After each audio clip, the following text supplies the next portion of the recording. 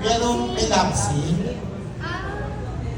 At hindi pa kayo, kung meron naman, hindi pa kayo nagkakailangan first time nyo to work together. Kung bakit yung kapatid? Careful ah. Ayun nga, yun. So, movie lang naman love scene, syempre.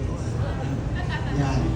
Kung meron man, hindi pa kayo nagkakailangan since first time nyo na partner. Oo. Siyempre it's a love story, so talagang dapat natin ipakita kung ano yung, kung paano talaga nagka-inlaban si Meg and Ryan. And of course, it's not meant to be.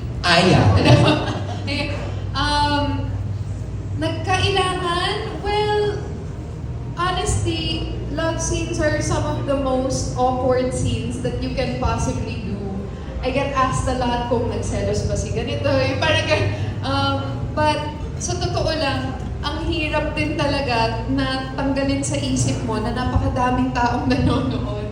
And so, it's really up to the two of you to trust each other and try your best to make each other feel comfortable. Kasi nga, there are so many factors why you should be uncomfortable. Conscious ka sa katawan mo, conscious ka kasi nandito, katabing-katabi lang ang face mo yung cameraman, di ba?